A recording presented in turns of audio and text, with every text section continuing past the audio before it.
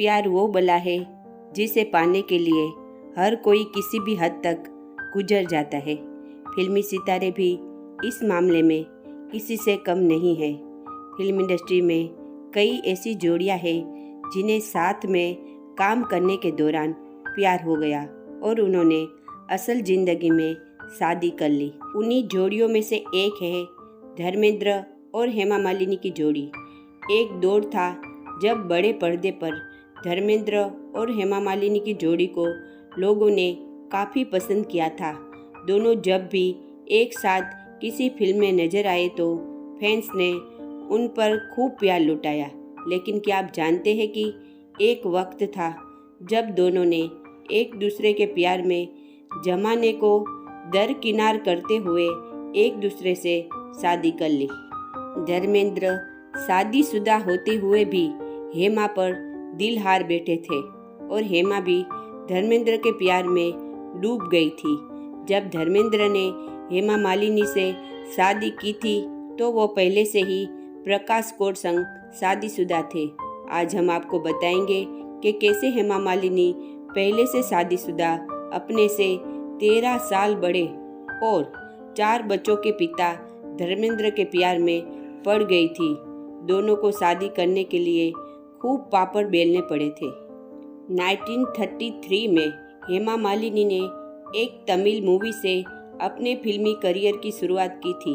हेमा मालिनी ने बतौर child artist फिल्मी दुनिया में कदम रखा था। धर्मेंद्र के साथ उनकी पहली फिल्म का नाम तू हंसी मैं जवां है। बहुत कम लोग जानते हैं कि दोनों की पहली मुलाकात के अब्बास की फिल्म के प्रीमियर के दौरान हुई थी। हेमा मालिनी ने अपनी biography Hema Malini beyond the dream girl में इस बारे में बताया है। उन्होंने मुलाकात का जिक्र करते हुए लिखा कि उन दिनों उनकी एक फिल्म रिलीज होने वाली थी, जिसके चलते प्रीमियर के इंटरवल के दौरान उन्हें स्टेज पर बुलाया गया। इस दौरान ही धर्मेंद्र ने उन्हें पहली बार देखा और उन पर अपना दिल हार बैठे। उस वक्त धर्मेंद्र ने हेमा को देखकर पंजाबी में कहा था, कुड़ी बड़ी चंगी है।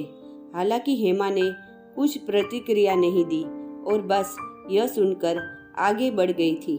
जब धर्मेंद्र हेमा के प्यार में पड़े थे तो उस वक्त वह 35 साल के थे, तो वहीं हेमा की उम्र 22 साल थी। जहां हेमा मालिनी उस वक्त अपने फिल्मी करियर को बनाने में लगी थी, वहीं धर्मेंद्र अपने करियर के शिखर पर थे।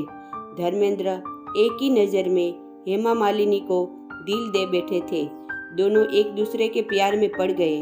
उन्हें ये मालूम ही नहीं था कि इस रिश्ते का कोई भविष्य है या नहीं, क्योंकि धर्मेंद्र मुंबई आने से पहले ही 19 साल की उम्र में प्रकाश कोट से शादी के बंधन में बन चुके थे।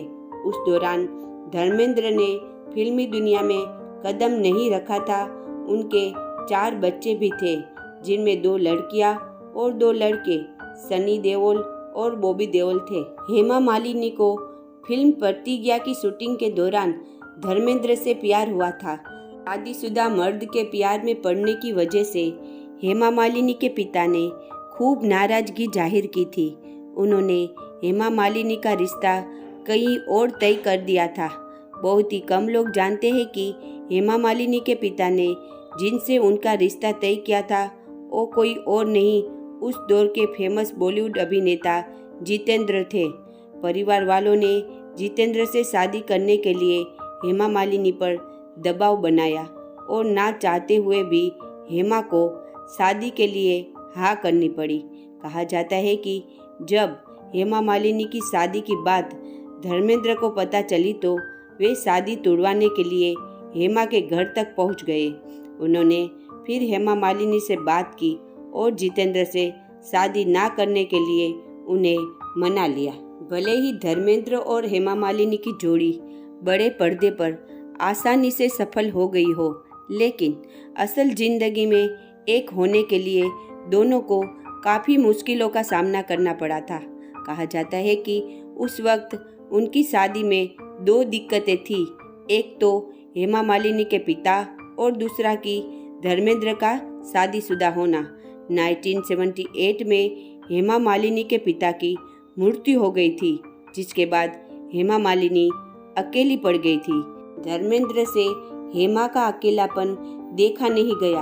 आखिरकार 1980 में हेमा और धर्मेंद्र ने शादी कर ली, लेकिन इससे पहले धर्मेंद्र और हेमा को धर्म परिवर्तन करना पड़ा था, क्योंकि धर्मेंद्र पहले से शादीशुदा होने की वजह से कानूनी तौर पर शादी नहीं कर सकते थे।